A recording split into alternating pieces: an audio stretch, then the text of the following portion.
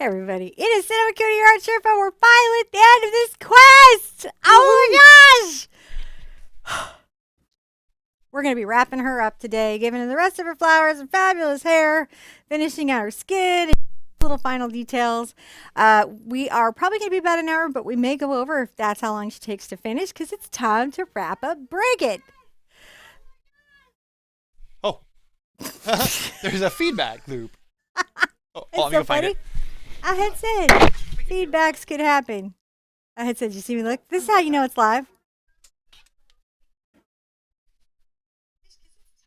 I know where it was coming from. That was my desk.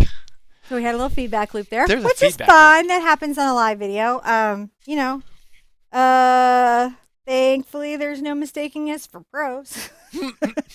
So yeah, that's where we're going to be wrapping up today, all those little finishing details. And so we're all going to be having her up and hanging on her wall really soon. And then of course we're continuing on with our Koyamaro. I've started to put out my materials. I think we're going to start with finishing out her skin tones and then getting into her hair. So join me over on the palette and I'll show you what I'm doing. So I put out some yellow ochre and some cad yellow. I'm going to put out my burnt sienna. We did some practicing of making our skin tones together. And so hopefully you guys have some formulas and some ways you feel like you're going to make her skin tones. And you guys have your reference photos. Everything you need to know is in the description below. That's a link to her webpage, which is on my website. And all the information that you would need to make her is there, as well as our Facebook group, The Big Art Quest, which you might be in, and that's a good place to share these. And we only do Big Art Quest stuff in there, so it's like a completely mellow zen questy space. And oh, I'm gonna put out some Indian yellow too, because you guys know I love this color. This is like that. This is back in acrylic paint and does not murder any animals. Is wonderful. We don't need any harmed animals from eating mangoes. No, no, no. I'm so glad that smart chemists have figured out how to make that work. I'll tell you exactly what colors I'm putting out. I'm pretty excited to be finishing her up today. I assume most everybody who's here has been here the whole time, but if you're brand new, we do these once a month. They're free, and we go usually about an hour, and then meet back up. All right, let's see what we got. Titanium white, zinc white, Indian yellow, alizarin crimson, burnt umber, cad yellow medium, burnt sienna, yellow ochre, and my quinacridone magenta. So those are going to be like the basic colors I'm going to be working into her skin. It's going to let me rose her cheeks or her fingers or anything that I want to do and still keep that base thing. And what do we always do when we're making our skin tones? We create a master color, right? So that's the color that is the base mid-tone of my skin tone that I can add lighter values to or darker values to make lots of little transitions. And my little tip here is to use glazing medium in that so that it doesn't dry out fast on you. So if you get a perfect mix that you're really super happy with, it's not drying out on your palette in like 2 nanoseconds. Now I have some good news and some weird news. Oh wait, no I don't. Because it's right here. I was about to say I don't have the palette knife to mix any of this because I'm doing palette knife videos today. So they were over packages. The other place. So here we go. I've got a basic diamond head shaped palette knife. You can mix your paint with a brush. This will just save you some money. I'm going to pull out my yellow ochre because I know that my base is going to be here. I'm going to grab a little of my alizarin crimson and start to mix that in. And what I'm going to be trying to make is the base of my skin tone. Skin tones are varied. In the description, way at the bottom, I have included the Amazon link to my very favorite skin tone recipe book. They use some different colors than I do, but I feel like it's my favorite resource that I recommend to people when they're trying to get a handle on skin tones. So you'll notice that I'm mixing the red in pretty carefully, aren't I? Not just dropping it in there. I'm scotching it in like it's a chili pepper. Sorry. You okay, babe? Very much like that. Very much. It's now, just a little caliente. I'm going to add a little of my burnt umber to that. You know, tone, tone, tone.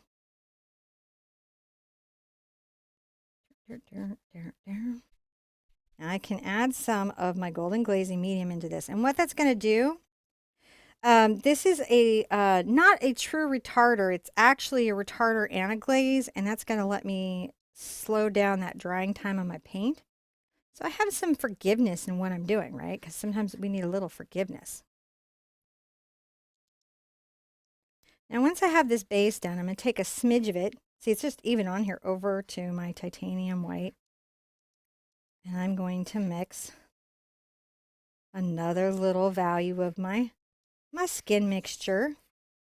Yes, babe? Did you say something? No. Oh. It looks cool. Does it look cool? I don't know if it looks I cool. wish I had a zoomy camera. You do have a zoomy camera. But they will have a not zoomy right camera now. soon. Soon. In the other in Studio A. This is now Studio Original Parts. I just don't love running out of my skin tone at all. It makes me unhappy. I don't like using pre-mixed paint. That's just for me on skin tones. I think skin has, even within itself, I'm going to put a little of my quinacridone in there. I don't want to get crazy with it because it can overwhelm my color real fast. And then I'll be starting over.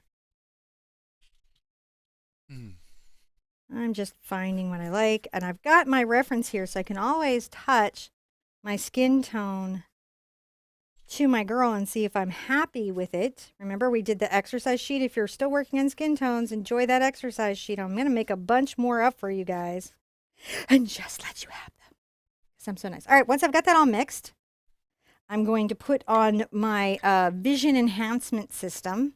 Now I'm all cool like Geordie LaForge because I've now declared Geordie LaForge cool, whether that's true or not. I'm going to get my coffee out. Reading Rainbow. All right. That was like, I actually really liked that show. I did too. For like way longer than I should have. Hey, there's no cutoff date on Reading Rainbow.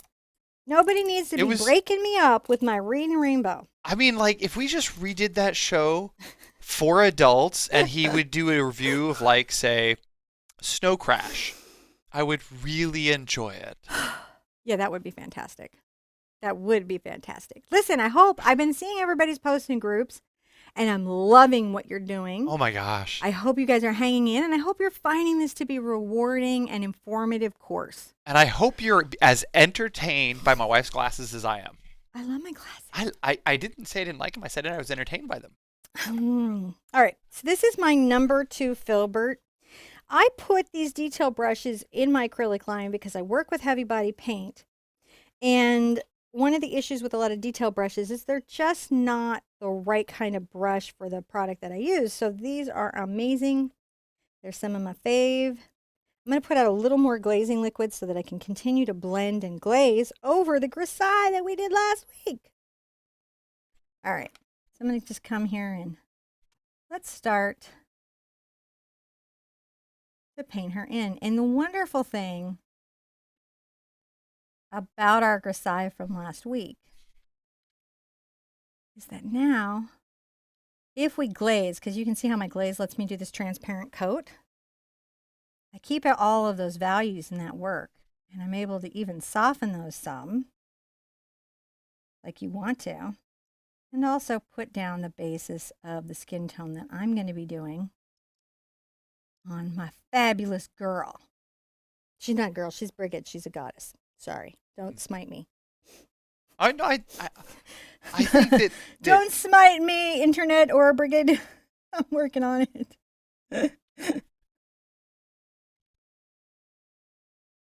Now, just making sure I can see everything okay. My cameras really want to focus on the flowers in your hat. Oh, do they? I'm so sorry. Oh, no, you're do I fine. need to move the hat? I can go off camera. No, we can adjust the hat. It's just every once in a while, a little flower floats by, and the camera goes, "What's that?" And it focuses on it. So this hat is one of the top 3 favorite hats of cats and potbelly pigs. And cameras. And cameras. They all go, oh, that's a nice Ooh, wiggly thing that you've got going there. Let's see more of it. Oh.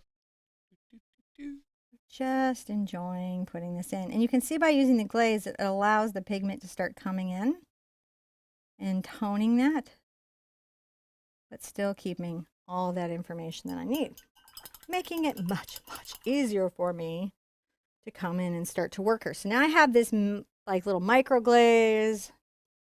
I've got my good references, and I'm going to start really capturing some of my very light areas of her. So I'm going to pull my base skin tone mix into my white here and make a very light value. And I'm going to do a crazy thing. I'm going to come over to my Indian yellow and I'm going to sneak a smidge of it out. See how I'm coming from the bottom and I'm getting that smidge? Smidging is a very important... See, I didn't smidge, I scotched. You don't want to scotch here, you want to smidge. Everyone who's been with the channel for a while should be howling. I'm trying to create a very light value with a slight warm yellow cast to it. And the reason I'm doing this is that she's got some light that's hitting her in a couple of places. And I want to make sure that I'm capturing that a bit. And put that right here. And then, of course, we have a bit of that here at the collarbone. Again, here at the collarbone. And then she had some at her little chest. So I want to make sure that I've just got that going. Anywhere I feel like I see in my reference, she's got a bit of a highlight, I want to be putting that into as we build it up. And it's warm. And I'm just putting it, like I see a highlight, see right here at this arm, and then come over and make sure that right here we've got another highlight. And that goes almost to the edge. It's really interesting how the light is cast on the figure. I'm going to grab a little more of my yellow just to make sure that we are warming it up. Warming it up. I'll definitely warm up the top of the hand. Now, and you've talked like an outside figure. In the past. You've talked about if we don't have a particular color, say Indian yellow or a particular quinacridone or whatever, you can swap that out with any color you like. Yes, it just changes. When we talk about color, what we're talking about is the hue. That's like this is this type of blue versus, another type of blue, right? Right. But what happens in a painting that makes a painting is the value. That's how light or dark something is, and the way we use perspective, linear and atmospheric, to create the illusion of depth. Those things are the ones you can't like let go of. Right. But you can change, you can get crazy with color as long as your value is together. As long as you have good values. We got to get back to basic artist values. As long as you have good values, you should be able to get pretty much what you need to get done. I always felt the Addams family had good values. The Addams family had the best values. They totally got what life was about, didn't they? Yeah. So I'm adding these very light values where I know that she has them. And that way I can pull her little features. And hopefully, these are micro touches. A lot of this work, when you've got a small figure like this, you're micro touching your figure, right? You're not, making big movements here. So it's important. So that's my next value down. And then it's about mixing these together and saying, oh, wait, do we still have the values I'm looking for? Or are we losing those as I'm painting? We've got to keep the values.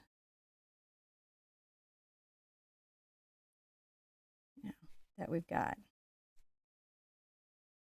And it'll be just about shaving this up and moving this around and making sure we are making those little transitions that we need to make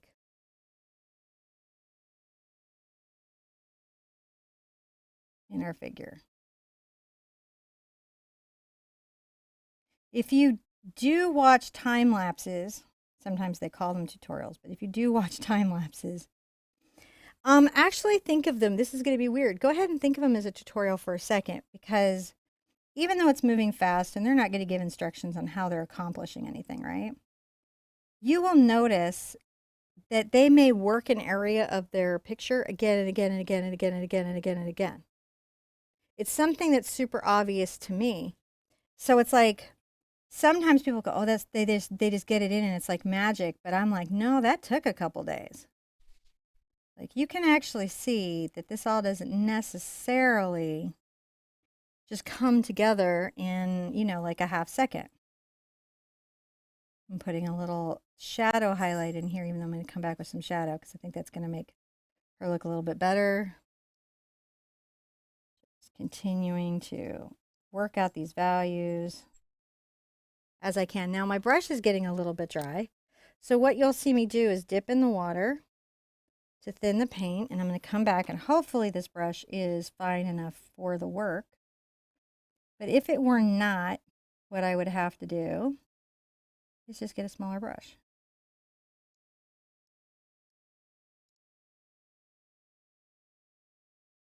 And that's what you would do. You just get a smaller brush.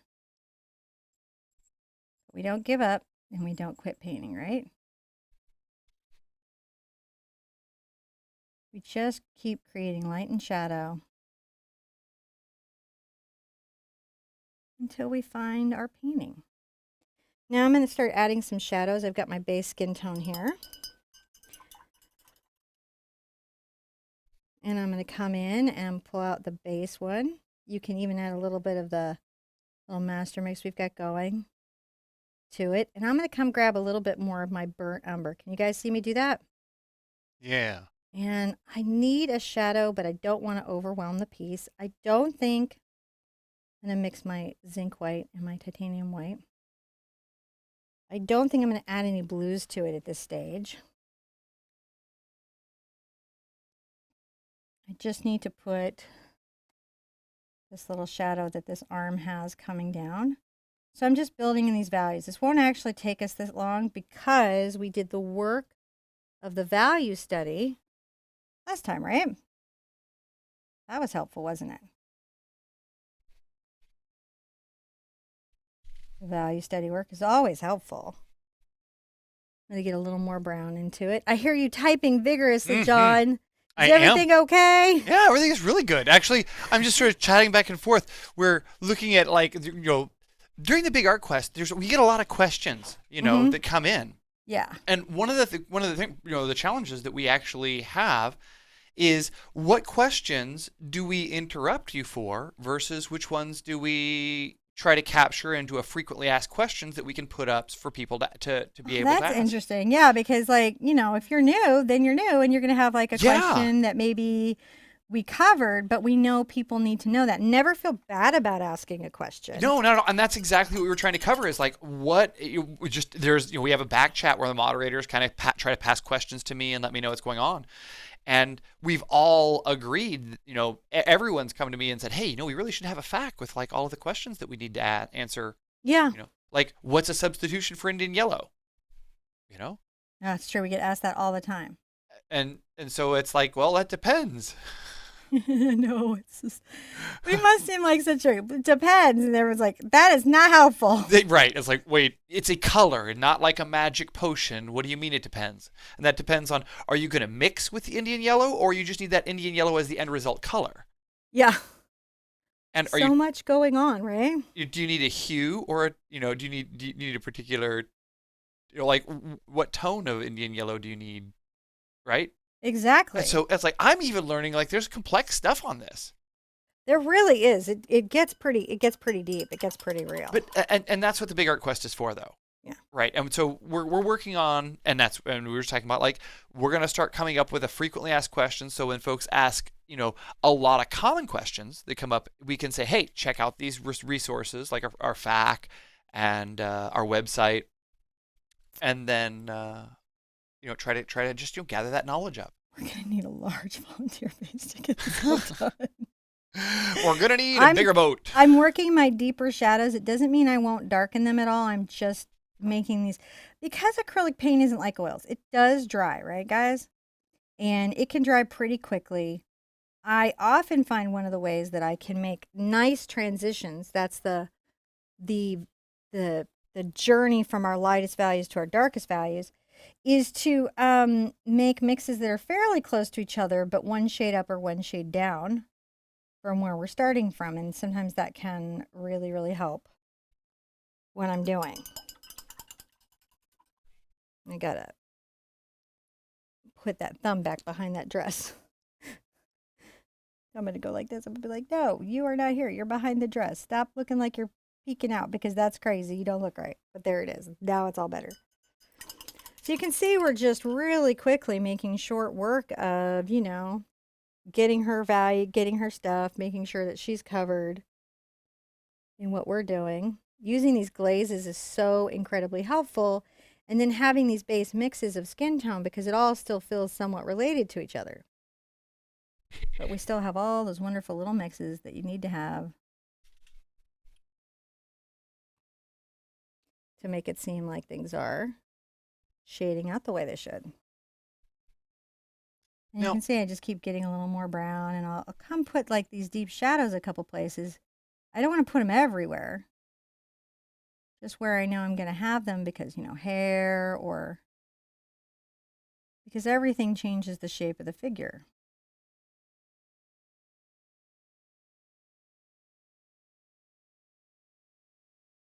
We know we're impacting that every time we paint, right?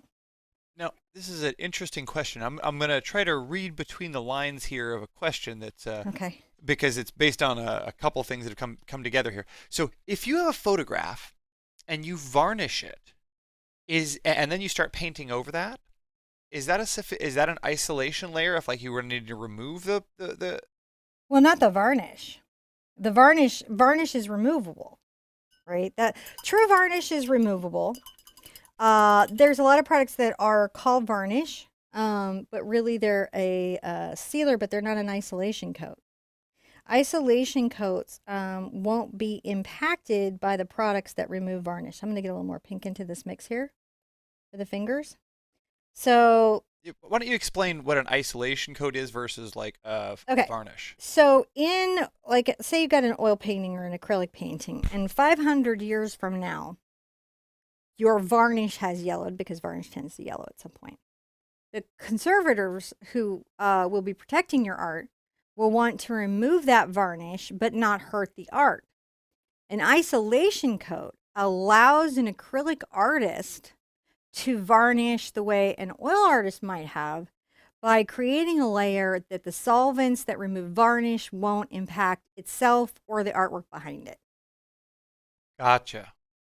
So, or an isolation coat allows the substrate that you're painting on, right? So you're painting on, so you go to the hardware store and you get yourself some MDF. Well, most MDF has a lot of stuff in it, much of which can impact your paint over the next 10 years. So, and you wouldn't know that till 10 years from now, right? So you do your best work of your life and 10 years from now, it's all darkened.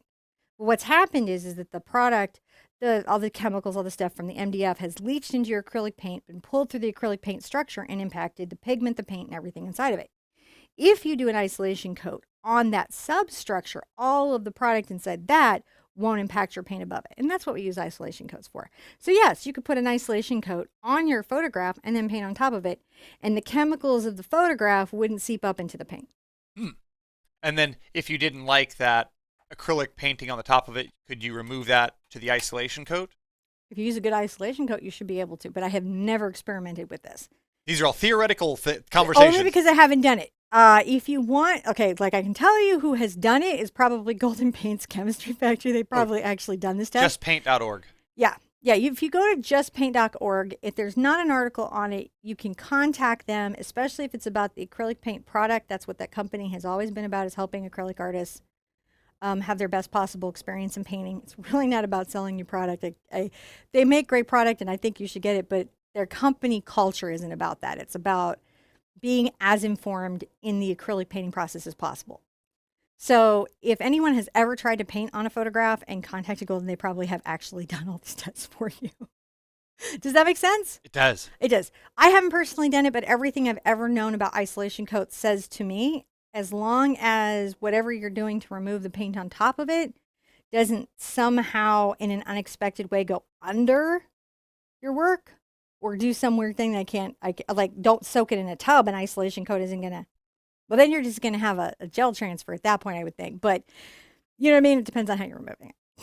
Okay. I just went on a really long tangent. No, it was. I'm so sorry. That's what the BAQ is about. Is like there are times when where we gotta like be able to ask and answer some of these big questions, but I also know that like we need to be able to like have a cool resource where we can point someone to say, hey. No, but I like that in the BAQ that we do slow down, and sometimes we do get into those a little bit more because that's what we're trying to do. We're trying to learn about our acrylic product.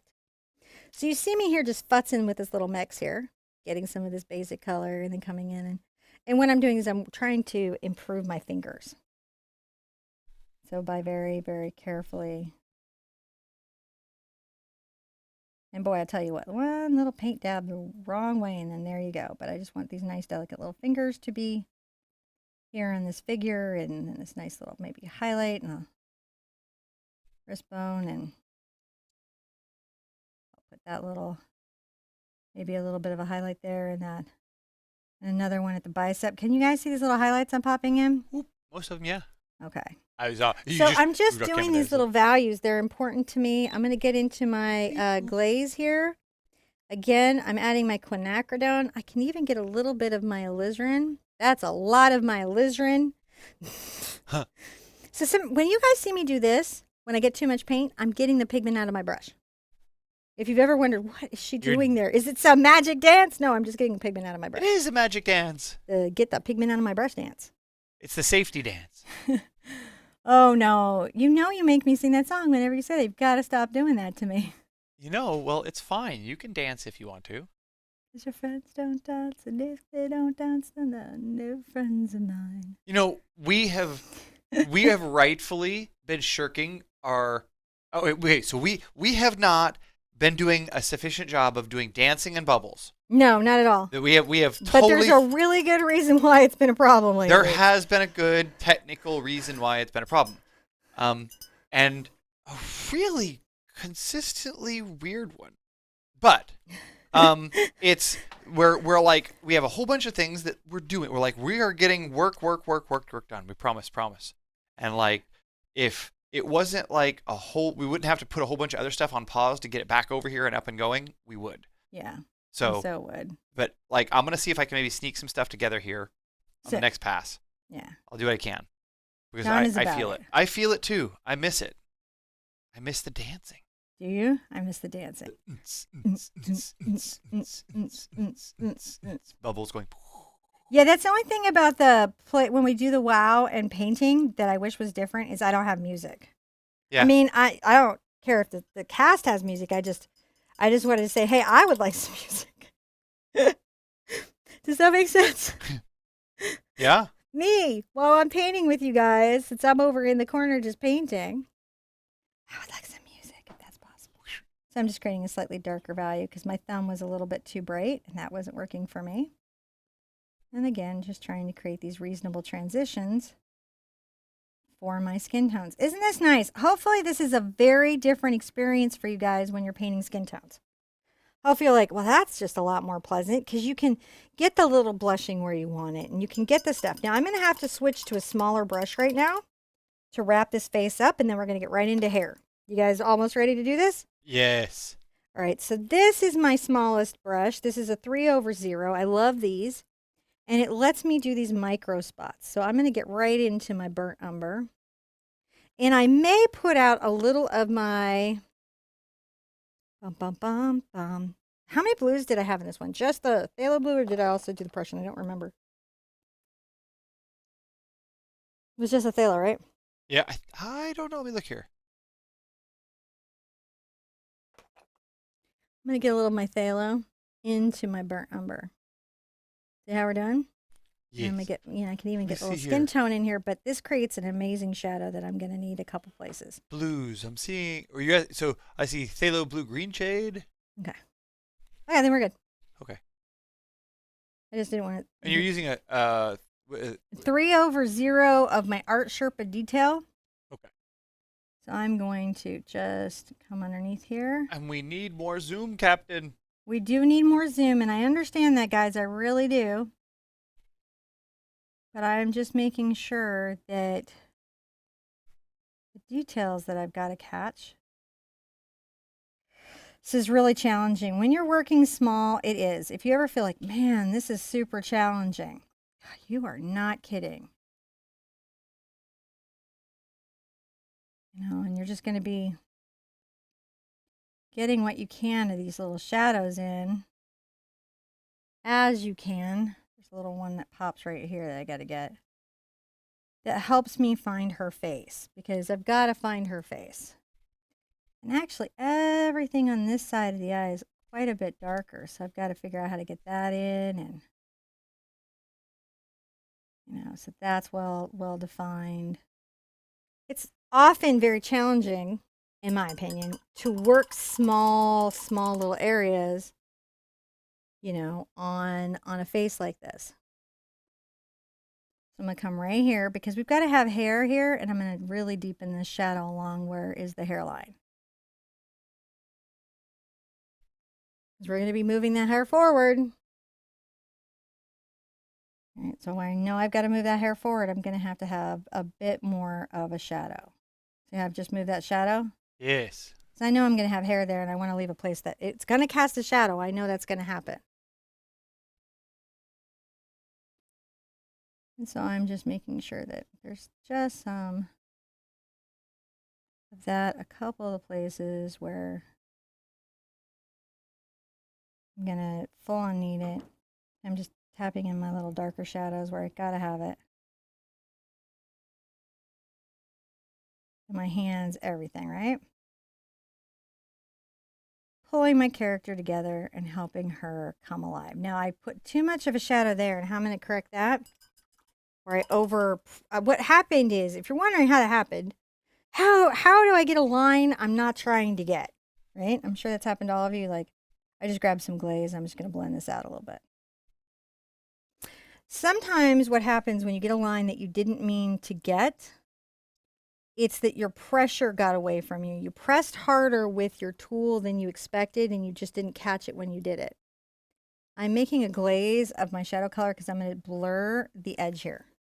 Like I got a filter, and I'm doing the blur filter. Little ways that we acrylic artists blend things, since we don't have never drying paint. So I'm doing pretty good. Happy with all of that. When I get back from it, it's a very distinct base. I'm happy. I'm happy. I'm happy. Like you've said it several times. Are you happy? I'm happy. Now, I have this weird thing. Really, really, really, I'll add a little yellow to it. Like to have this sort of red cast to certain parts of my nose and certain parts of the body. So what I did is I took my Indian yellow and my quinacridone magenta and mixed it with my base skin tone. I'm getting a lot of glaze. Okay, so you see I've got that all glazed up. So I'm going to come into her nose, her mouth, and a couple places with this glaze color. It's going to be warming up some of what I've done. Now, have you elongated any of her features here? Probably the most her, yeah, she's been elongated a bit. So, just a touch. I enjoy that. So her arms may appear a little longer, but they're perspectively wise. I mean, well, like I mean, because she's down to here. So if you think right here, right about here is her pelvic floor in mid thigh. So her arms are actually where they need to be if her knees are. Gotcha. So yeah. Her legs have been elongated. Sometimes parts of the body are elongated that you don't see, but if the dress is going to be this long, you got to make the girl taller. Right. All right, I'm going to make this nose like a little bit pinker because that's just a feeling that I have to have that, and it makes me happy. So I'm going to do that. I'm going to add a little of this pink to this side, kind of over the shadow, and then just continue to add it there. I am rinse out my brush, titch, a smidge, and I'm going to get my white and a little bit of my base skin tone, making this pretty light color. I may even grab a little of my Indian yellow into it, but I still want it to be lighter than anything I have there. And if it gets real crazy, I'll zinc it. Like you can go right in and get a little zinc. A lot of times, too much paint on that brush. And just zinc an area to lighten it up because the zinc's so transparent. See how we're doing?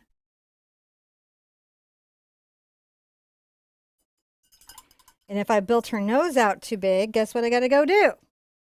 Put it back in. So there's a lot of adjustment and pushback. Like I just pushed the brush out too far, and so I've got to take that back. And that's why sometimes when you see artists online, like they're like adjusting, you're like, why are they adjusting so much? That's why. That's what happened.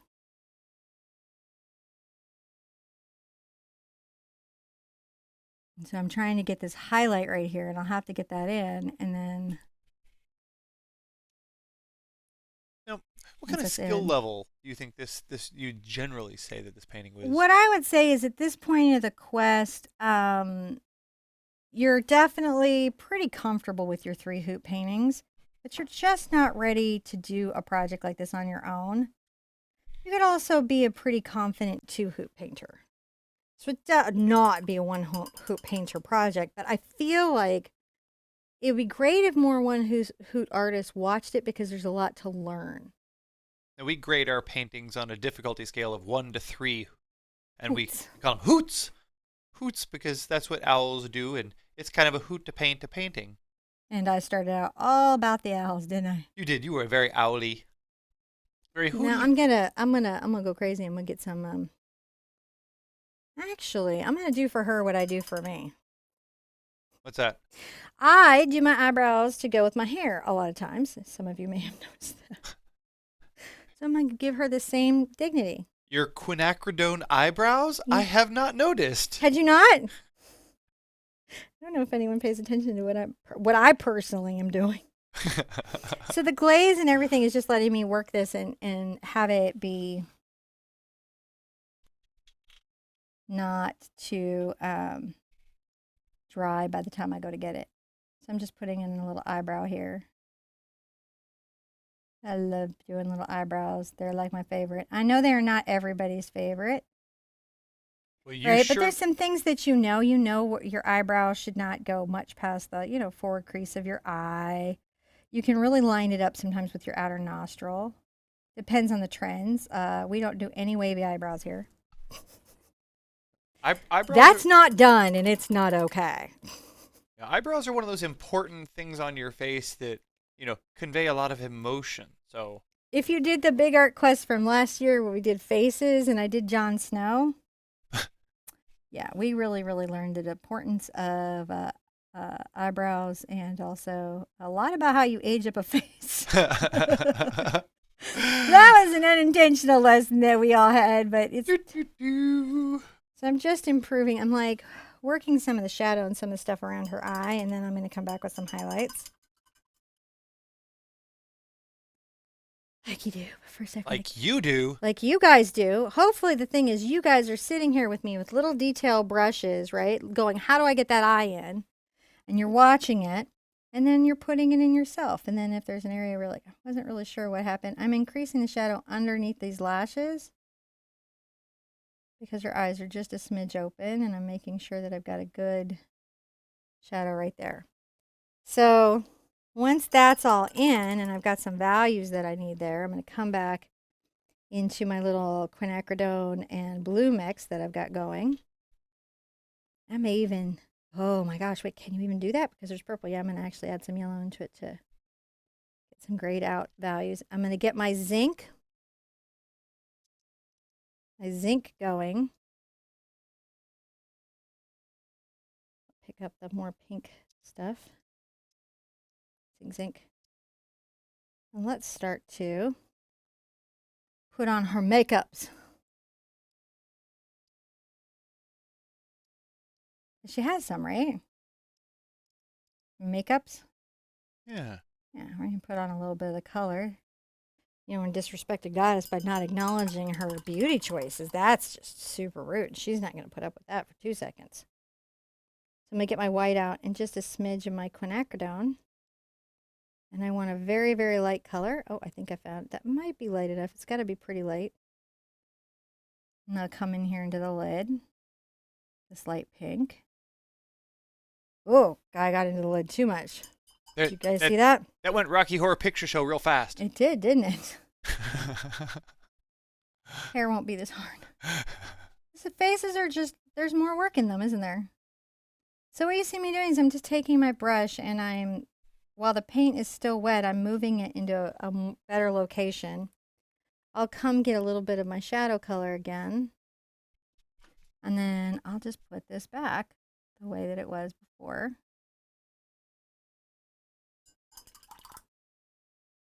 So that my lid line is not so crazy. I'm not saying it's not crazy, I'm just so crazy. Now, the way I'm going to pull that whole eye thing together is I'm going to go back into my colors for my eyebrow.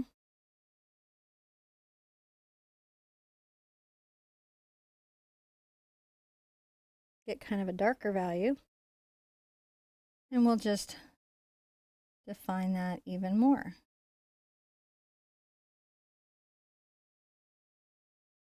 Not free to it totally, but definitely define it.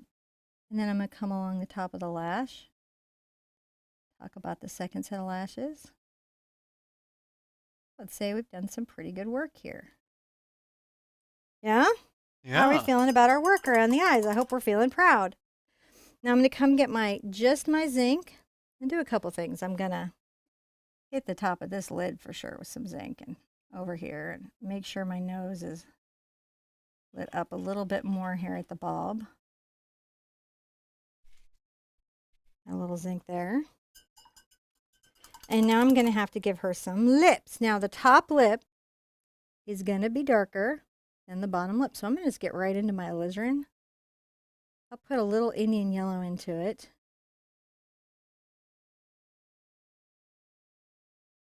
There we go.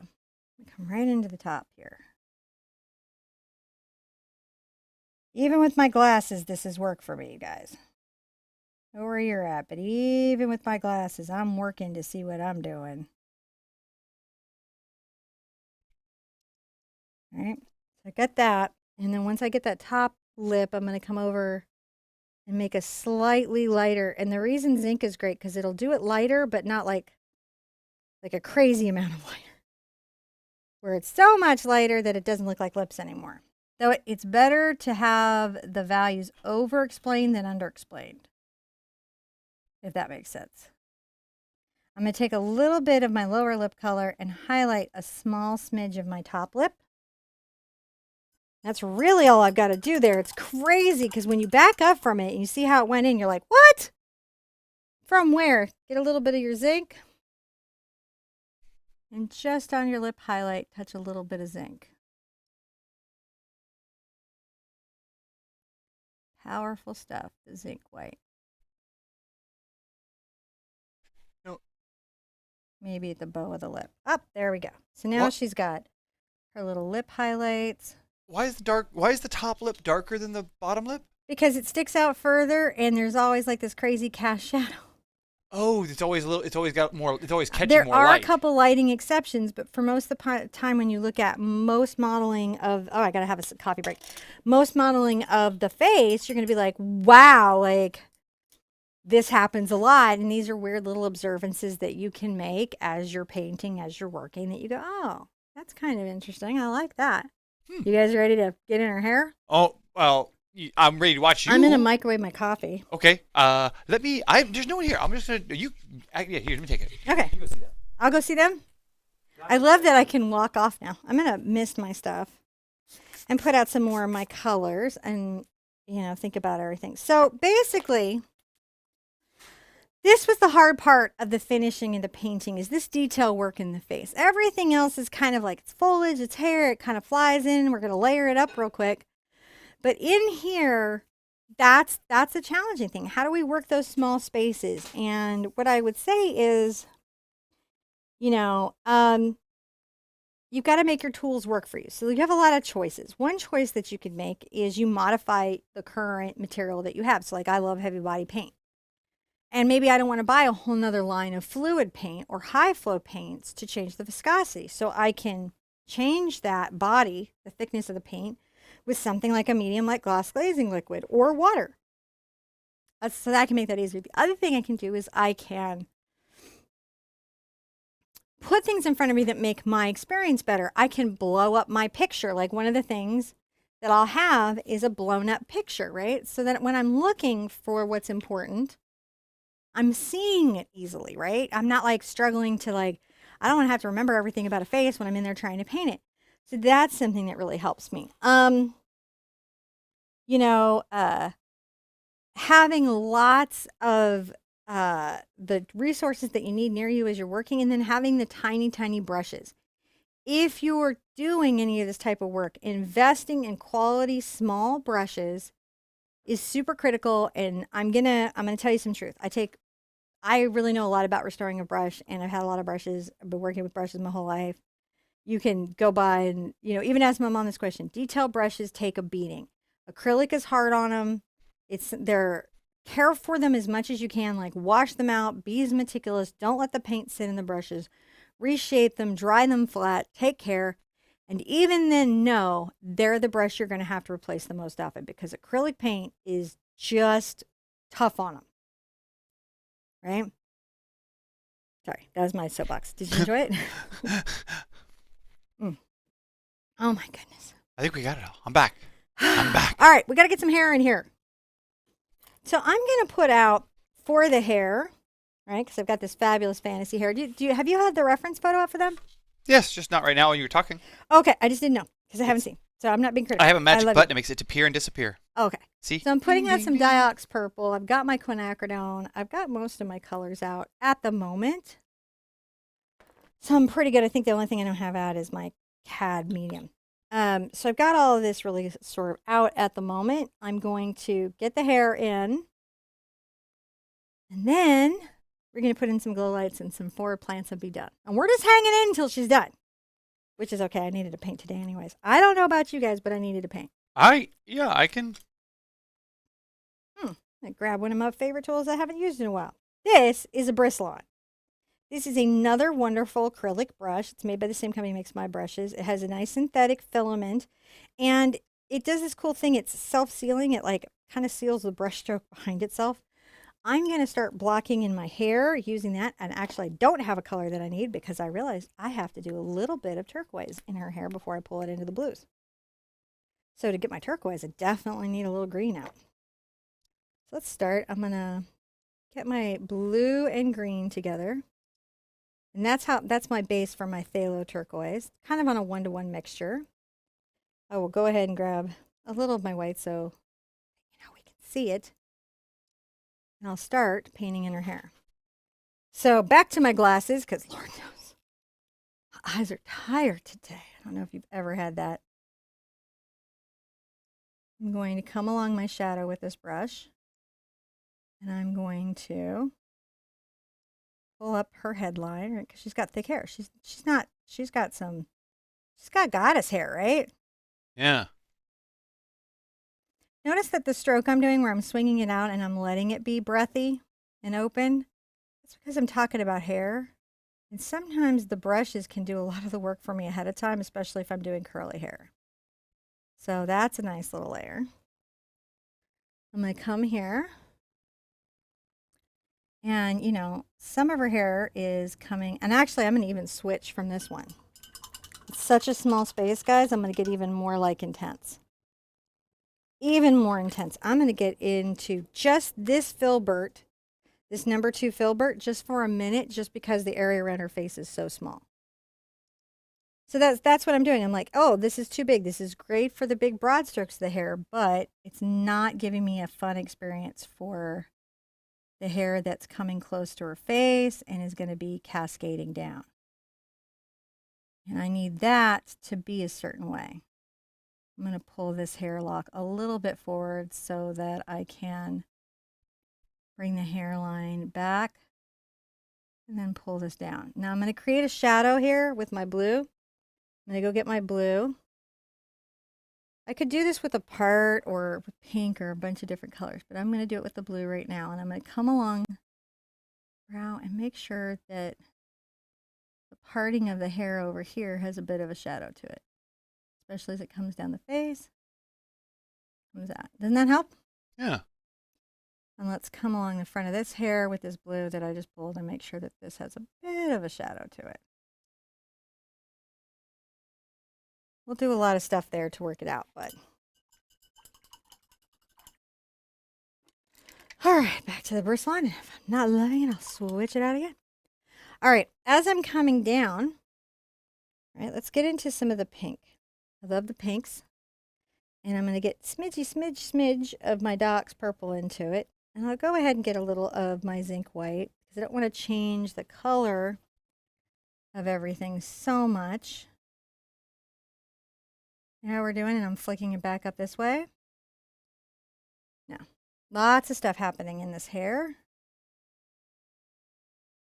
And again, guys, keep in mind, like when I did this, like even this hair piece that I have on her was a much smaller sampling of hair that I literally made into what's on her head.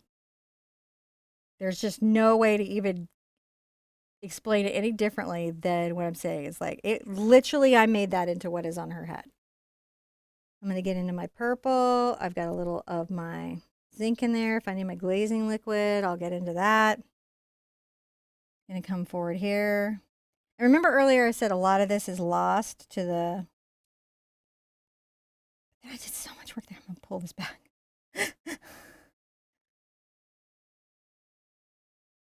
I'm just deciding how I want this hairline to be right now, and I'm cascading this down. When I'm painting hair, before I paint each individual curl or all the details about all of the stuff, I like to come in and do these sort of little broad strokes first. Right? And then I make little decisions like, oh, I'll put some hair forward. And to do that, I can come in and I can be like, I'll take this dark blue to pull that in forward so that we can see her hair against her dress. Because her hair and her dress and her wings should all feel somewhat connected to each other. Like she's of the same being. So I've got that basis in. So I've got some nice beginning work, like overall shape and sculpt. I'm going to rinse out my brush and come down her other side and try to get in that little pink streak I did over there. And what I would suggest for that is I'm going to pull out my Indian yellow and a little bit of my quinacridone. Go ahead and get some zinc. Maybe even some titanium white. There it is. And I'm going to get that pink going down the side of her head. Now, we'll see how this does painting down. I think I'm going to switch to that small brush. I don't want to fight. So see, knowing that I've got such a tight line here and very little give, I'm going to switch to a smaller brush. I use the bigger brush to get the big work in, but I have to use the smaller brush to make sure that I don't take out all that little work that I did coming down the side of her face. Because honestly, we're supposed to see her hair. Remember I talked about this with the wing, that there was some of the wing that would be hidden. I do. So we're supposed to see some of what is going on coming down.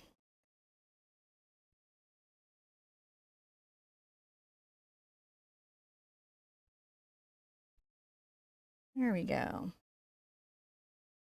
So she's got the beginning of her nice hair here, and I haven't removed all of the hard work that I put into the face, which is nice. I think I'm going to keep messing with my small brush for a minute as I start to work in the details of this hair that I started to block in. So this is pretty nice. That's pretty nice. Let's start working this side. I've got my blue and my green, and that makes my phthalo turquoise. I can take that to the green more or the blue more, depending on how much of the other color that I mix into it. I can even add yellow into it to make kind of a surprise. So I'm making a bunch of little mixes here, and I'm going to start talking about a little highlight of hair that's happening on this far side. And now that starts to put that part into place and come down here. I can take a couple of these tendrils down into the pink, can't I? Blend it in. Let's go ahead and my white is a little surrounded, but I'm going to keep working these colors. I'm just loading up my brush. And let's make sure that we're talking about, like, you know, the different highlights and tendrils of our aqua hair. So this is about lightening it. because I've got light here, and I got to create these reflections so it feels like the top of her head. You'll see me work these different little mixes a bit, creating different values. Get my glaze over here. And I may put some white over here, so I'm just not working so hard for it. If that's okay with everybody. It's your show, of course. It is my show, but it's their show too. Well, that's very true. But I mean, they're here because you kind of like, you know. I don't know. I'm so grateful that anyone is here. Sometimes I'm like, why did anybody come? But hopefully everyone's enjoying this. I hope so. I think it's wonderful to paint. I think it's wonderful to shade apart. I mean, honestly, I get super excited by the stuff when it starts to shade and it works, and I'm like, oh gosh, I love how that came out, you know. And then I'm like, oh, but let me get a little white highlight on there, you know. And then you come back and you're like, oh yeah, that nice little highlight.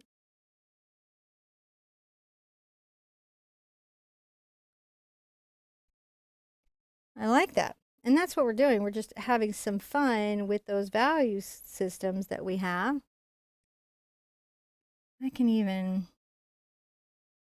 make that more as I'm going. So one of the things that's real fun about hair is the way that there's these kind of like fabric. The drape of it is really always fun. Challenging, but you know, try to think of these things as fun. I think sometimes our mindset greatly affects our result.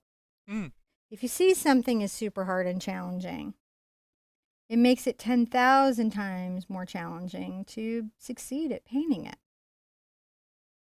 I'm just working in some of these different little fun value sets to say that there's these crazy curls.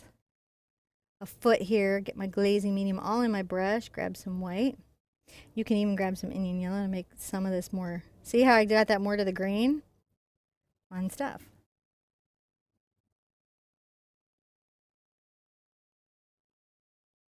And we'll add this nice little sprig of color here. Oh, look at that. Now we're cooking with fire. Fairy fire. Fairy fire? Well, she's fairy fire, isn't she? Got that fairy fire hair. I mean, that only comes in like... Sally's Beauty Supply? I would say in the Magic Fairy hair bottle. Which is either viral or that new one that's coming. Overtone. Again, I don't speak hair color. You don't speak hair color. I don't speak hair color. So you'll see me, I'll get a highlight and I'll come back and I'll work an area, won't I?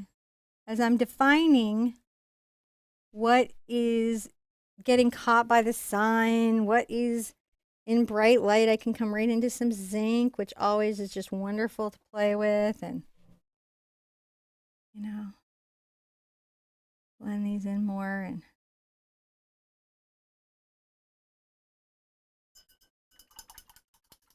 it's out. And I don't know, I just love it. Do you guys love it? I love it. I know these are a little more complicated than what we've done, but I think it's good to have some of this too. I think these wings and these hair, and this is just like... What I'm doing there is improving my flow. Superfly. Superfly. Superfly. There we go. Here we go. All right.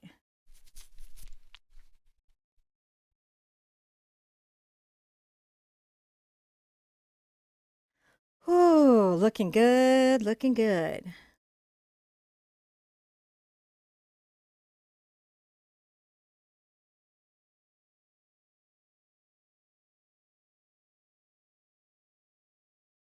Just working these little highlights that you gotta have.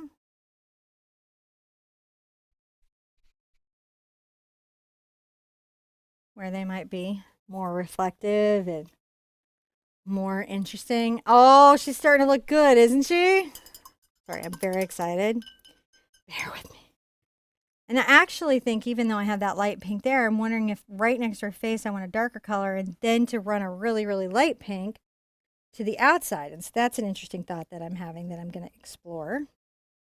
You'll see me using the glazing medium to improve the flow. of my paint, and it's a very helpful thing. Anytime I paint coast to face, I'm always like a nervous wreck because it's like I could really, you saw me like move that nose like 6 times, so.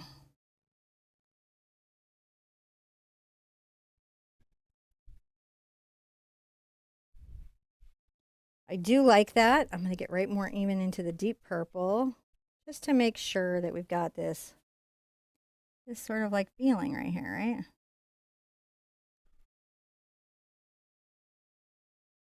And since I've got it already, I can come right here.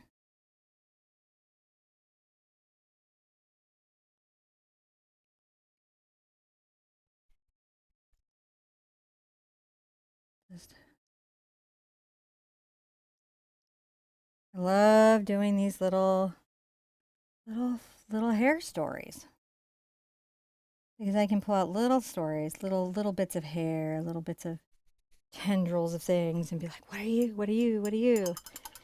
And the hair says, "Why don't you wait and see?" And I'm like, "But I'm so impatient." My paint is skinning, which is one of the problems what I'm having. When your paint starts to skin or cure, it can start to creep up your brush. Super annoying. Let's come here and pink this up.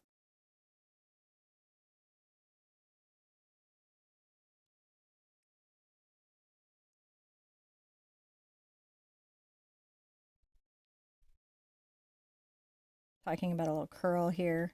Do you guys see how I did that? Where I was like curl, curl, Yeah. curl, curl, curl, curl, curl, and then I can go curl, curl, curl, curl, curl. There's a lot we can do. Curl, curl, curl, curl, curl. A lot of stories that we can tell in our painting. I can come along the top of my curl and highlight the top of the curl. Look at that.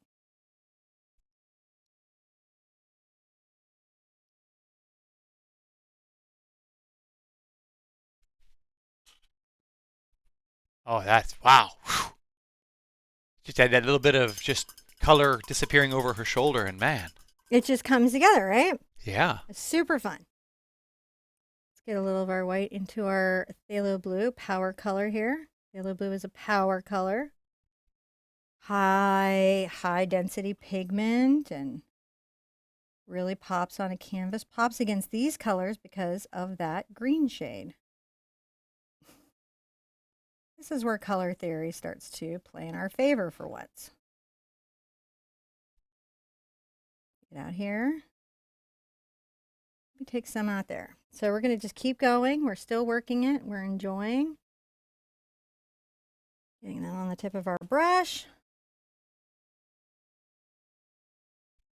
And that's going to need some highlights, but it's looking good right now. Peek some of this out through here. A little bit down there. So we're making some headway. Getting right into the light colors. Let's highlight maybe like this outside edge that could be getting some light. So with hair, you're not so much as doing individual hairs as you are doing areas that are catching light. And that's how you're getting these curls. That's how I'm getting the curls. I'm highlighting the curl and letting the shadow. So where the curl rotates out, I highlight that. Where it's tucking back in, I'm going to shadow that. I'm going to finish up this hair and then we're going to have a sippy. Yes. So pull out my quinacridone and my docs because I love that combo together so much. I'll go ahead and get some my zinc. I don't want it too glazy because I need some pigment to cover it. Right? And that can be the problem with glazes is that they're not covering enough.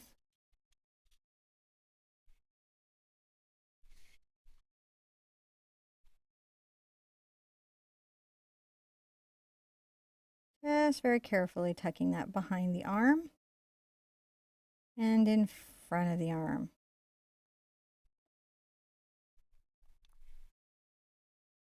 Now, I find a little titanium helps you see the purple that you have in diox. Sometimes diox can be hard to see. It almost reads like a black.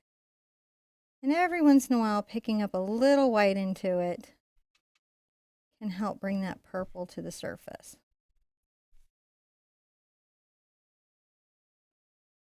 And I come back into my color.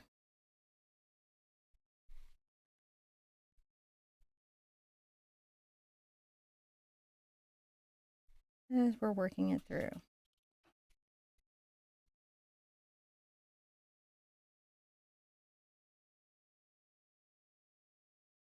Maybe I'll go along here. Ooh, that's nice. Yeah.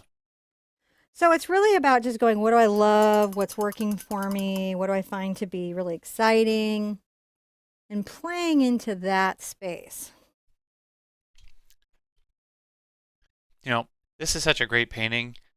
I can't even blame. There's Little Brush Oleander who wants to paint along with you. Hi, Oleander. He's like, yep, I'm in for this. I love fairies. I love fairies too. They're so cool, right? Yeah. Yeah. We need all the kids to paint all the fairies. This should be as important as math. Fairy painting should be like something you can specialize in life. I'm sorry, I'm being a big goof, but I can't help it.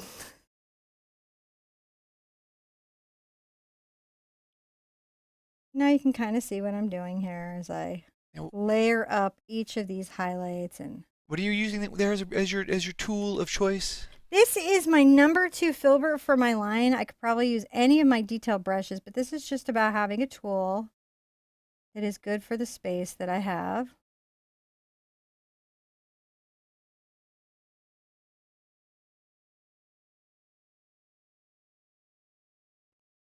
I felt pretty happy with this. And come back with just a little bit of pink, and then I think I've nailed it. Yeah, I think so too. So I've got my liquid acridone. It is just glopped up. Why am I not pulling out more? I don't know. All right, finding my color. Now if I get a little yellow into it, which is also skin, because it's so hot in the studio today, John. Well, I didn't have the air conditioning on because I wasn't sure if you're going to need the hairdryer. Oh! No, not yet. Oh, I can turn it on. That might be good, but then watch. As soon as we turn it on, what am I going to need to do? Oh, you're going to have to get out your glazing medium. Something, right? Yeah. There'll be something that I've got to do. Or you'll immediately use the hairdryer and we'll Blow both out forget. All the cast. Yeah, that's happened. And then we'll pop the breaker. And we won't actually end the cast because everything's on battery backup. But everyone will hear everything go beep, beep, while we're all scrambling, running to go hit the breaker. And Cinnamon will stand here in the dark for about 30 seconds, smiling at you guys, going, I wonder how much of this you guys are actually seeing, while you'll see everything that's going on, because, again, it's all on battery backup. But I always ask that question. But yeah. And so when I get back in, I'll come right back in about the time that everything's about to turn itself off. And then it'll all power back up, and we'll be like, okay, on with the show, guys. And you guys will be like, is this show really live? And we'll be like, we couldn't script this mayhem. But now that I've gone through all that, maybe we could. We're in charge of it. Maybe we could script that mayhem, because I've come up with a plan on how to not have it happen. Which means there's a way to have it happen.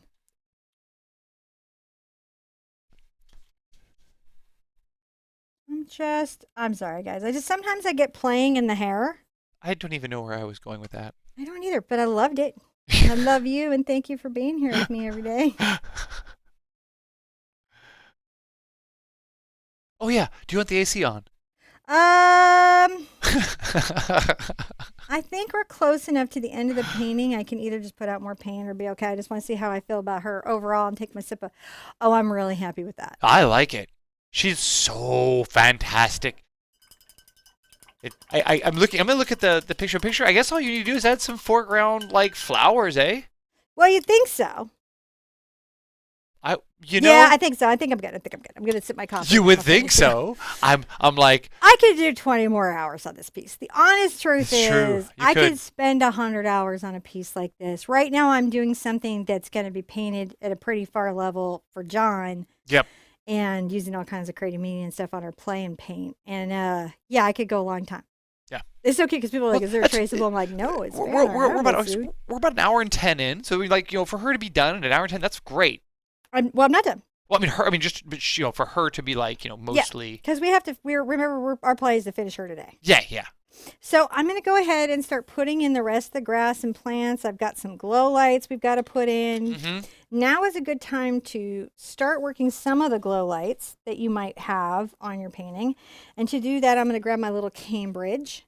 So this is a number 2 bright from Cambridge. Not from Cambridge. It is the Cambridge brush by Silver. This is synthetic filaments and bristles together. I'm getting some of my zinc and my Indian yellow. I think I'll grab some titanium white because I want it to be quite opaque.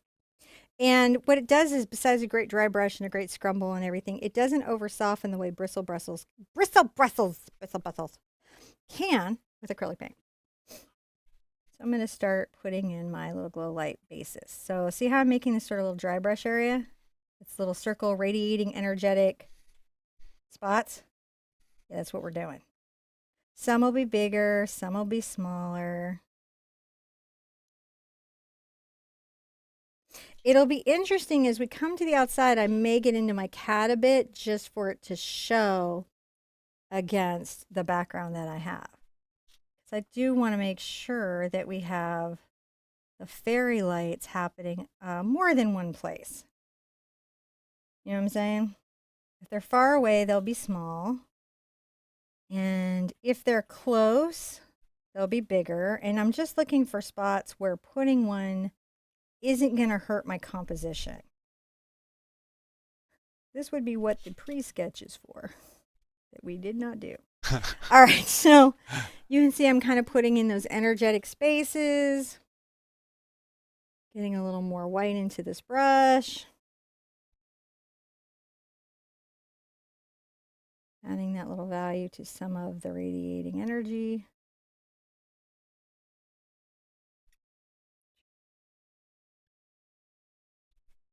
They're giving me a hard time here in chat because I had picked up some Canadianisms. Did you? Yeah. What Canadianisms did you pick up? I'm not sure. I'm sure I said something Canadianish. But like we lived in Canada for a while. We have a Canadian daughter. That's true. She's a Canadian goose. Well, she's a Canuck, isn't she? She's definitely a Canuck. She fights like one. She fights like a Canuck. I don't know why anybody. Okay, I love you, Canada. Do not come for me because I know enough to be a little bit afraid of you. Yeah, that little brother that can take you. You may say please and thank you, but if somebody crosses the line, y'all do not play. Yeah. There's no like you know how in American movies we have like a bunch of one-liners and then we do like in Die Hard he had a lot to say and then he got the guy. A Canadian grabs his friend and a couple of hockey sticks. They have that conversation. It's quiet. It's at night. It's over in a second. Yep. And you don't question nothing. And nobody ever talks about it again. No one ever talks about it again, but it happened. I was like, well, I was taken care of. You want a beer? It was handled. Now everybody got Tim Hortons in the morning. Now, we're not. I would not want to classify. Please don't come for me. I would not want to classify that all Canadians are universally across having all of these experiences. But no, people are. But we certainly had our own experience of Canada that we loved, and we'll look forward to going back and visiting again and again and again. Especially during hockey season. That is a scary time of year. Yes, especially if there is some sort of epic throwdown between Boston and anyone in Canada.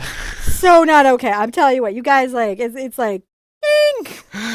So we got some glow lights that are happening around her and I really like those. I think those are super, super fun. I'm going to put in some nice foliage. I think I'll use my number 4 cat's tongue to sort of work this out. And I'm going to dip my brush in water and I'm going to get some of my phthalo green, and if I had phthalo blue, I have a little phthalo blue. I put some in there. So see how I've darkened that, and I'm gonna also get some burnt umber. I'm gonna definitely have to put out more paint, but I'm gonna use up some of what I have here. So I'm gonna get this very dark color that I have, and I'm gonna start to make these plant-like little brush strokes through here. See how these are loose? They kind of grow in. I'll arc it like maybe over and then under, and I let the brush finish it very softly and roughly. I have learned over the years that letting the brush do what the brush does gets a lot of work done for an artist. Mm. Fighting the brush is sometimes not always the best way to make your goal. The other thing is that the darkest value is often as important as the lightest. I don't know if that's true in morality, because I don't enjoy the darkest values in morality. So I don't know if that's a universal truth, but it certainly is an art truth. Universally, I wish everything was just hi-hat. I'm going to go ahead and just put some layering dark foliage here, even though I know I'm going to have those forward-facing plants. I wasn't sure where you were going with the work. I was like, yeah, I'm just going to make sure that there's some of this coming back up over the dress and around her a bit. We're making these layers, right? So to build this forward-facing kind of plant layer that I'm wanting to have, it's very important for me, super critical, that I get the layer going where she's at as much as I can. So that when I come back with that, I'm like, oh yeah, that's totally good. So you'll notice this is a kind of very deep, deep color of green. And I'm coming right back over the dress. Now what's interesting, and you're going, but you're ending the ends, but as we layer, guys, what will happen is that little bits of that pink will show through, and it will make her height and everything more believable. Or at least that's what I'm thinking right now as we're painting. If I turn out to be wrong, I apologize. In the past, it's always worked this way. And you know what I'm going to do now? Shock everybody and put my palette away, because I can't deal with this anymore. No! They were just asking earlier. So, what does the Sherpa do to save her palettes between paintings? And I was like, no. You don't. It's not possible anymore with the way that I am currently painting. You paint so much that really, at this point, I have to get on to the next thing. And honestly, here's my thing. You can take oil paint and put it on a palette knife and stick it back in the tube. Honestly, once your paint is starting to cure on your palette, I wouldn't put it back in. If you want to save your paint on a wet palette, that's okay, but don't try to put curing paint back into the tube. My 2 cents. Yeah. If Golden says I'm wrong, I'll take it back. But that's my belief. If Golden says I'm wrong, I'll take it back. But the rest of it, no. So I'm going to start putting out some of my little browns and different values that I could be using to make different kinds of green before I get to my forward-facing flowers. I really like making different kinds of green. I forgot how much I enjoyed phthalo green and cad yellow light. But I needed a bamboo green for the painting I was doing last night. And I was like, oh, that's right. I love this so much. But to get the bright greens that we have up front, I have to do these and their highlights a little more muted than what I'm going to do up front. So I'm going to take my brush and get it right into my Indian yellow. I'm going to add a little bit of my burnt sienna, but it is still pretty bright. Get my white into there. So see how we have a nice highlight, but what we don't have is a green that's going to be as bright as the forward-facing foliage. These are just little distant little guys that they're in the woods, aren't they? And there's a nice little bit of green. You can come and you can make little textures like this to say, oh, there's a little. I don't know if you ever play with this idea where you use the implied line to imply a structure of a plant without really coming in and saying, plant, Hulk smash. No.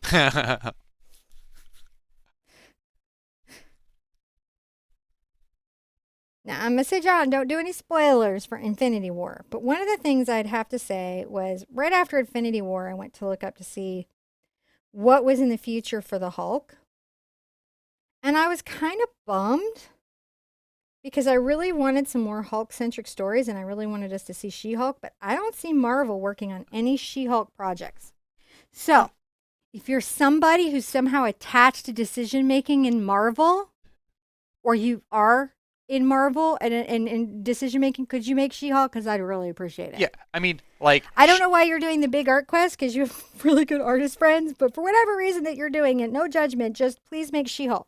all I gotta say is that all the cool one-liners that Deadline is currently, spouting off, She-Hulk was making, Forever ago, and she was breaking the fourth wall. I like Deadpool. Don't get me wrong. Yeah, no, don't get me wrong. I love Deadpool. Really well written, well developed character, especially as they've been, crossover into the movie stuff. I mean, it's not Little Brush appropriate. No. But do not take your little brushes to the Deadpool. Unless you have a very chill family and that's cool for you, then I'm not judging. Yeah, no, it's like we're just saying we're not recommending it as say SpongeBob. Right. We're just, making sure that we understand that's definitely a 13 plus with parent savvy approval. 13-year-old. Yeah.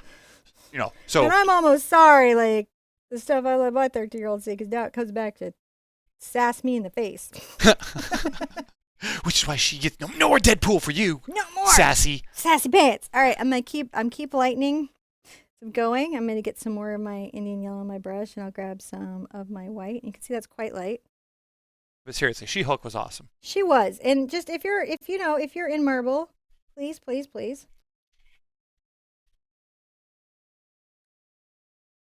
Oh yeah, that's they were asking. I'm gonna have to do some painting here myself here soon. That's right, because we got there. We got to. We're not so much doing it on the quest, even though you're perfectly welcome to go help us. We are fundraising this month, Play Live, for St. Jude, and we had these little benchmarks. Like if we got to this amount or that amount, John or I would do something, and John has to paint an ATC.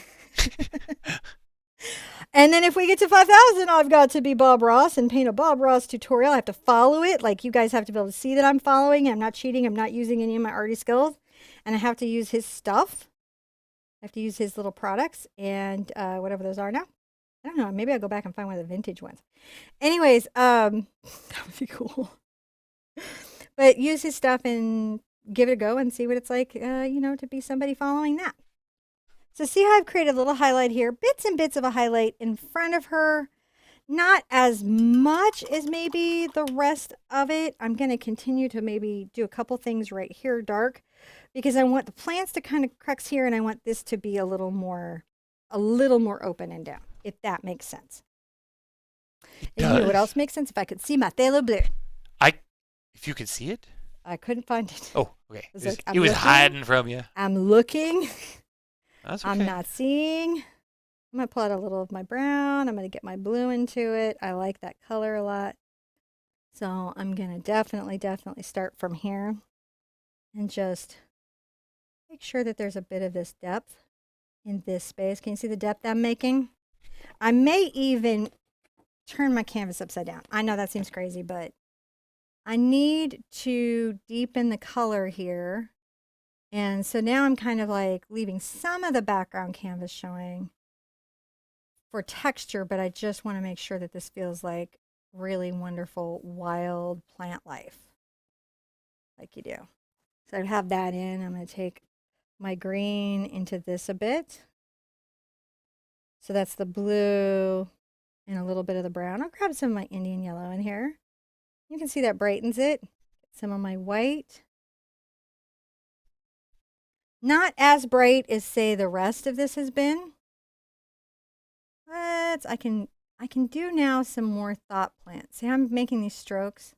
Have you ever stopped, just like we practiced our skin tone, guys, have you stopped to practice your expressive strokes that feel like plants?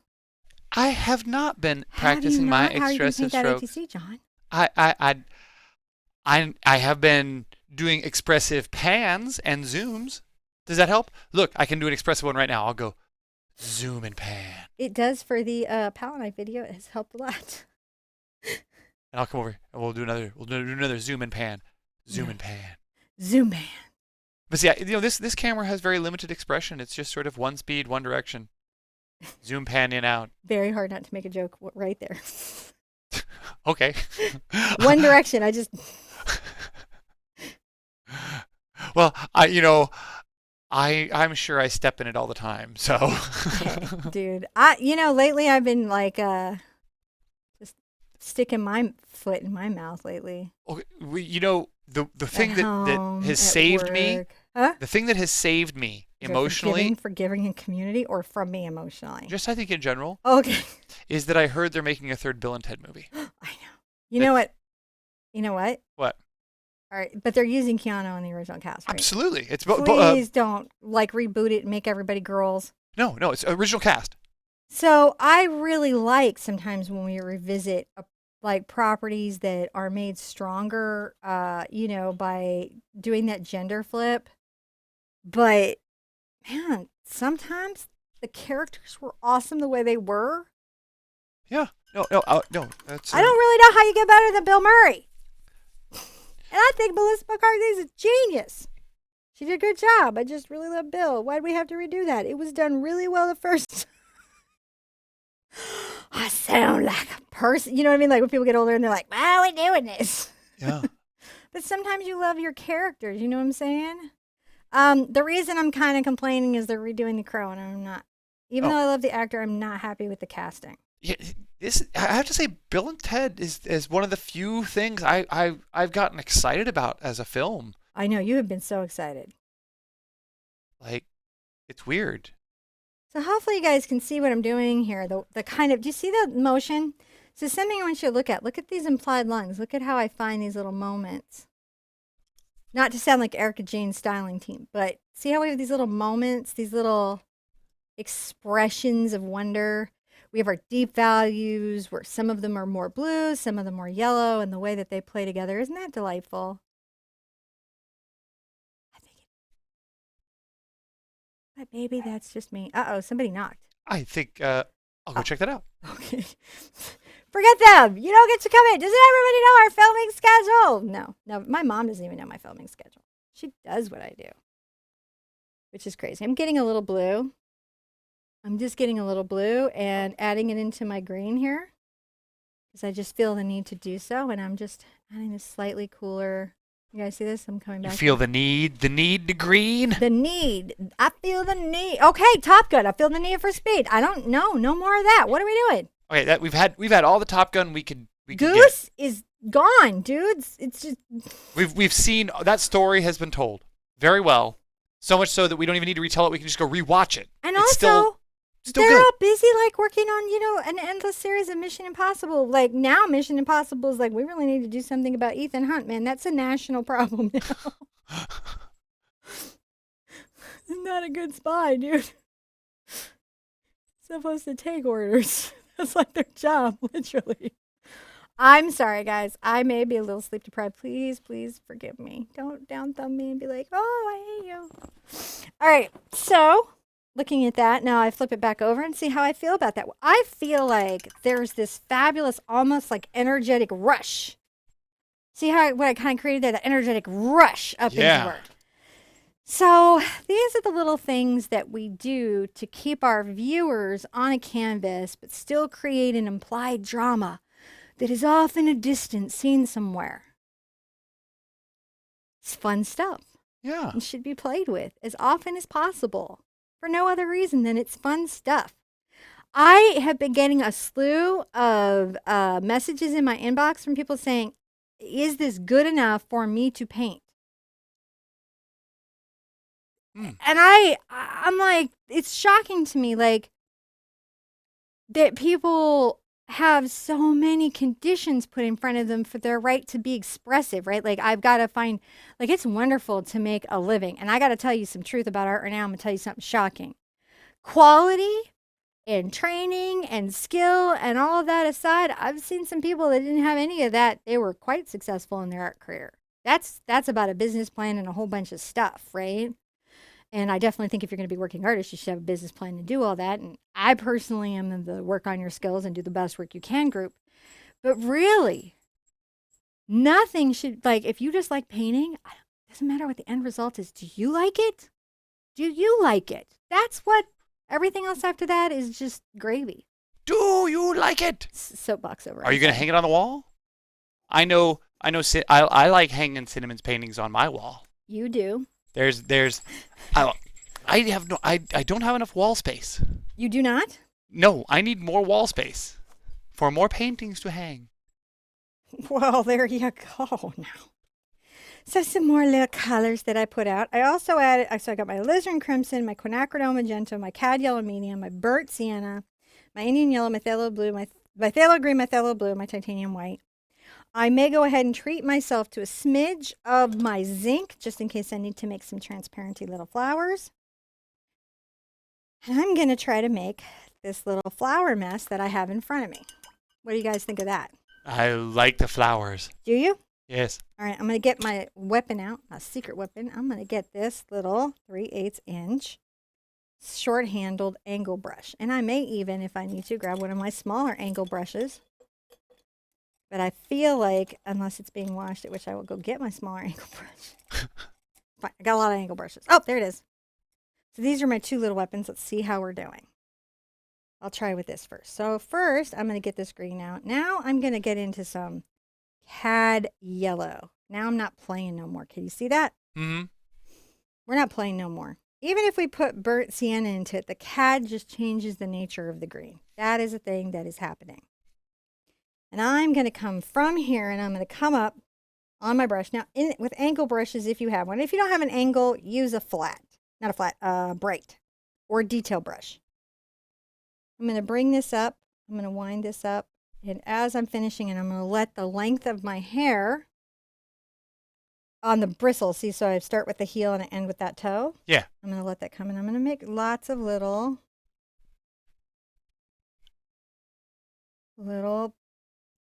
branchy things. Now I think I want to go even more into my yellow. And I'm going to get some of my titanium white into this. This is really going to pop. There we go. That's popping. And what I'm trying to do is make these little plant structures.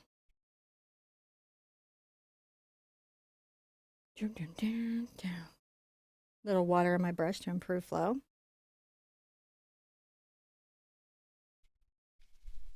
So this is what we're doing. We're making these little plant structures that our flowers can live and grow on. Because what do flowers need? Light. A little bit of magic from Brigid. Bees. So as it comes through here, I'm going to be shorter on some of these, like as I'm coming through. And the reason being is that, again, I want that framing around my main central character.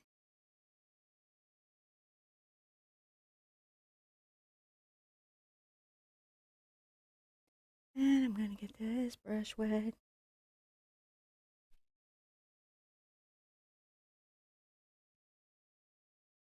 Getting a darker color for over here, but then I'll be back with a lighter color. I'm just making sure that I've got these places that I can put my plants. Now I think I'm actually going to go into my smaller brush, which is my 1/4 inch. Its equivalent in a bright would be a number 2. You could also do like a small round. You're just trying to get a brush that you have a lot of control over, right? I'm going to go ahead and get back into my yellow. I'm just having some fun here. You have some fun too.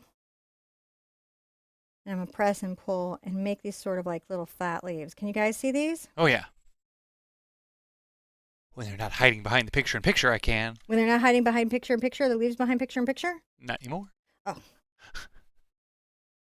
Sometimes so it's like a thicker stroke, right? And I'm just pulling it down. I can go more into my green as I'm going. That's okay. Work. Some of these would be darker, right? And I'm just changing the direction. As I come down here, I might get thicker with that. You can even get into the green and blue. See how we're doing? Mm-hmm. As we get closer to the ground, it gets darker. Pressing. So now I've got these beautiful, like, little leaves that I'm seeing. And I love that. Across and put in some dark leaves. So it's just about pressing this little brush in and making a thicker mark. I'm not trying to paint everything about the leaf. I'm just painting the important stuff, the stuff that's important to me. I'm going to get some of my Indian yellow in there and a little of my white. See how that goes? That's nice. Just creating these different little values. So the leaves are not stagnant. Let's get some yellow in there. See how I'm just going? Now, towards the center, the leaves can get lighter and lighter because they would have more light on them. So you can go more yellow, more white as you get towards the center of anything that you're doing here. Make them as light as you choose. You can bend them. And that's just press the brush. And I can wipe off and go darker again anytime I want. Go dark. As dark as you need to. Because leaves that are down low or under another leaf might be in shadow. We're just talking about what we're seeing.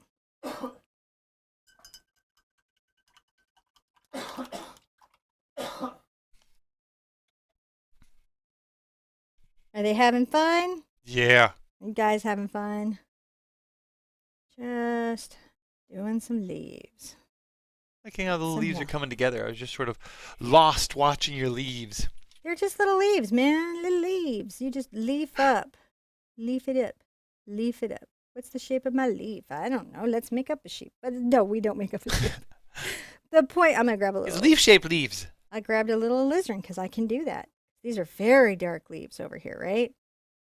So that alizarin pushes them way, way down into the deep, dark, dark. Grab a little alizarin and get it into your green, and those leaves will go into the deep, dark, dark, won't they?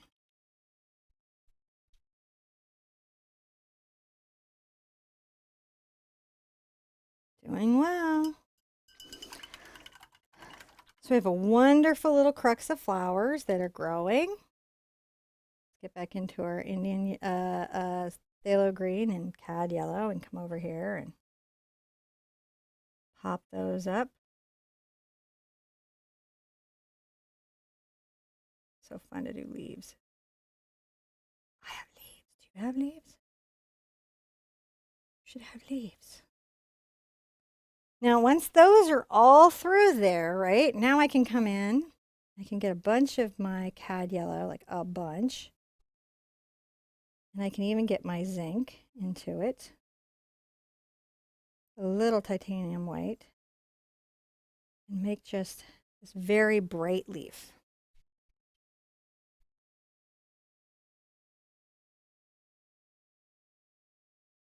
Even more in the yellow, I think.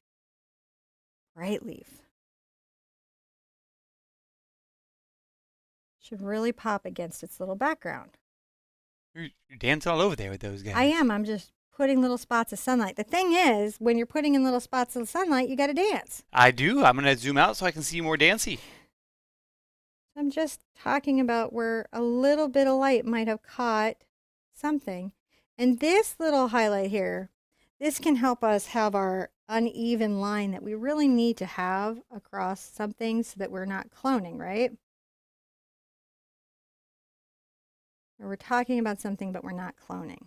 Now, a couple of these need to be more defined than all of their little friends. So I'm going to come and I'm going to get some just brown, maybe some Indian yellow. Okay, if we pick up a smidge of green on it, we're going to do an interesting thing here.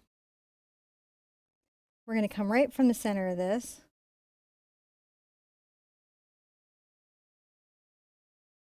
We're going to work real hard right here for a second.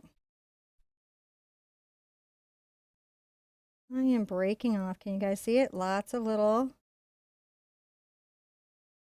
expressions of branches, flowers, things. So the trick here again is the Indian yellow, the brown, and a bit of white. It's going to kind of pop it out.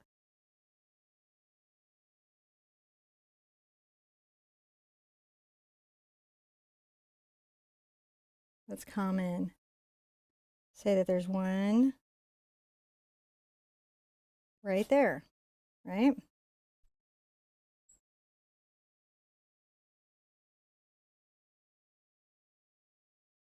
So these just pop out from below.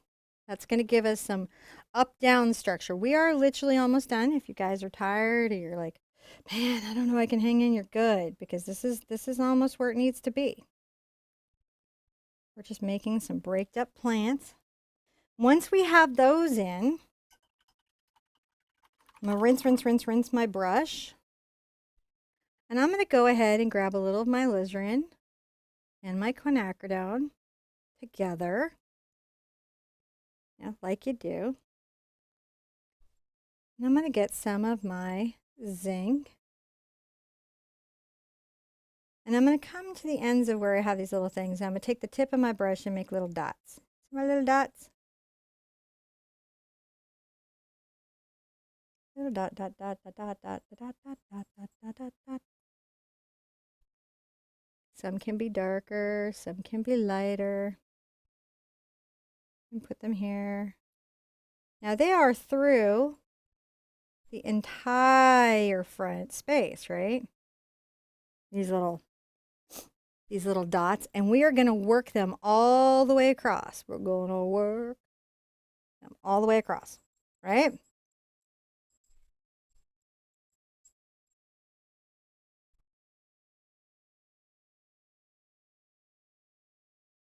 There we go. Add a little shadow there. See how I'm just getting those little pops of color matter. I'm really glad that I have my zig.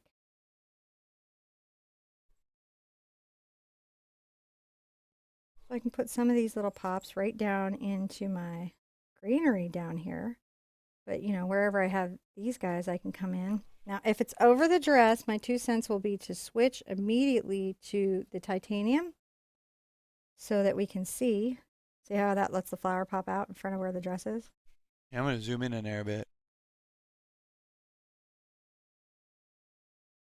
So as we go over the front of the dress, switching to the titanium.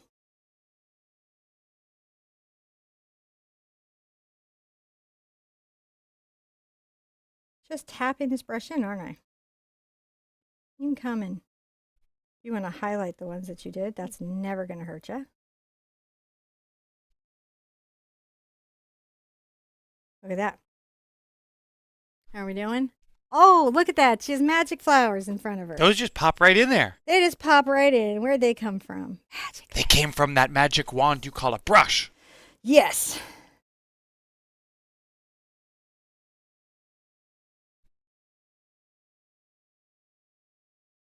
I'm going to get a little more white onto my brush for these ones up here, and I'll make sure that these have a little higher highlight. So when we talk about that right there, really see it. Just tapping that in. Yeah, angle brush is a good tool, man. It's a good tool. How are we doing? Oh, we're almost there. Who's feeling pretty fantastic about what they've done with this quest? Everybody's loving this. This is really good. This is super awesome, and everybody has just been, they're saying the flowers coming together is just, well, you know, they're the flowers on the painting. Yeah. You know, I'm not sure if you're a frosting on the cake kind of person, but I'm definitely a flowers on the painting kind of person. You're also a frosting on the cake kind of person. That's true. I'm that. But I mean, more so than frosting on the cake. Well, just because you can't eat anymore. Well, that's true. But I mean, that's why I like the flowers. I can look at the flowers. They don't make your tummy hurt. They don't.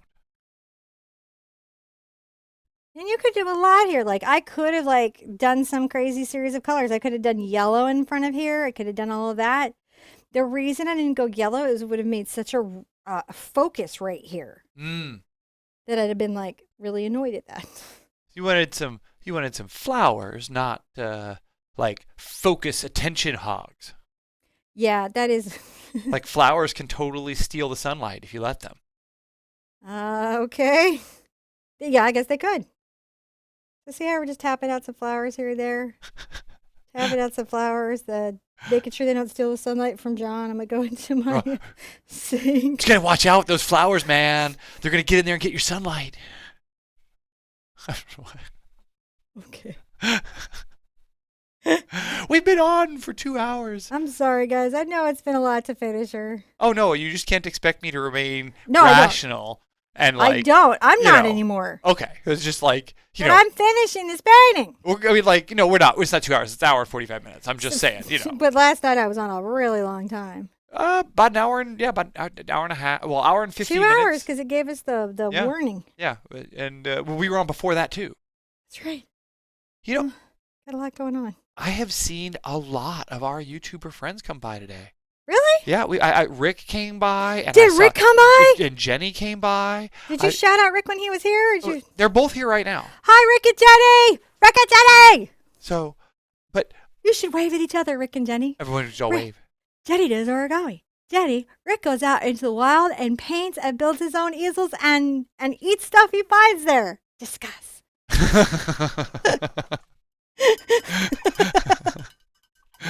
Rick.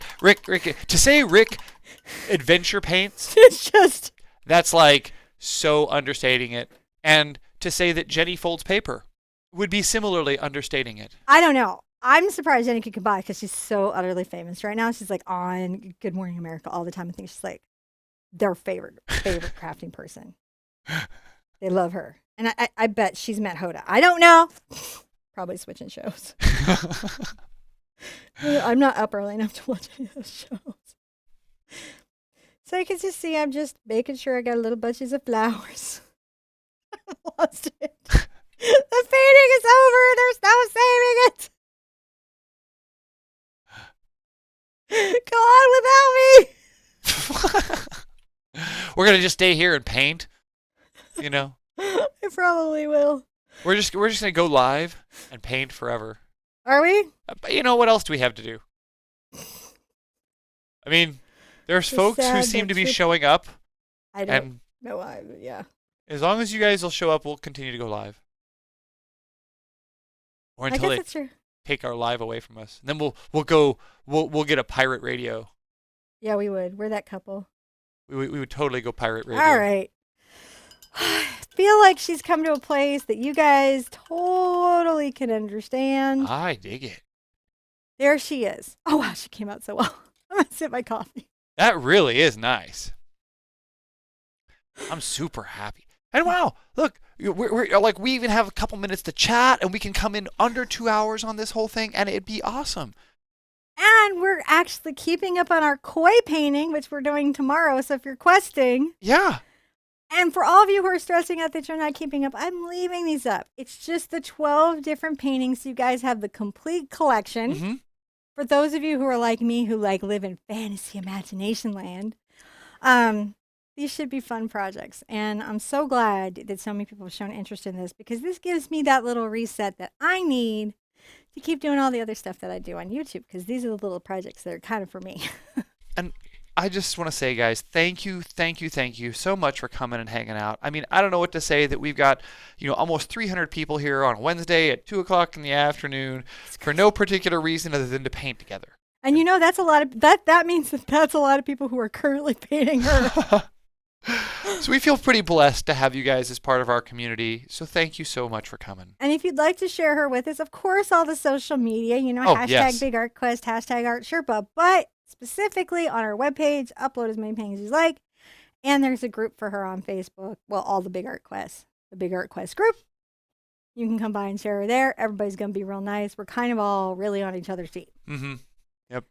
Speaking of, be good to yourselves. Be good to each other. And I want to see you with Easel really soon. Bye-bye. I got so goofy at the end.